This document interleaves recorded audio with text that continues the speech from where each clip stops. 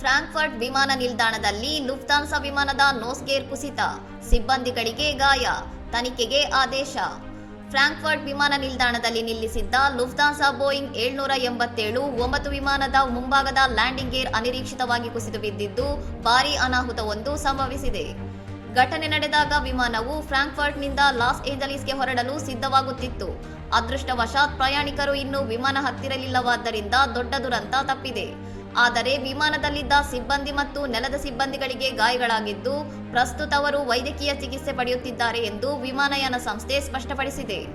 ವಿಮಾನದ ಮುಂಭಾಗದ ಭಾಗವು ಇದ್ದಕ್ಕಿದ್ದಂತೆ ಡಾಂಬರು ರಸ್ತೆಯ ಮೇಲೆ ಬಿದ್ದ ದೃಶ್ಯವು ಸಾಮಾಜಿಕ ಜಾಲತಾಣಗಳಲ್ಲಿ ವೈರಲ್ ಆಗಿದ್ದು ಘಟನೆಯ ತೀವ್ರತೆಯನ್ನು ಎತ್ತಿ ತೋರಿಸುತ್ತಿದೆ.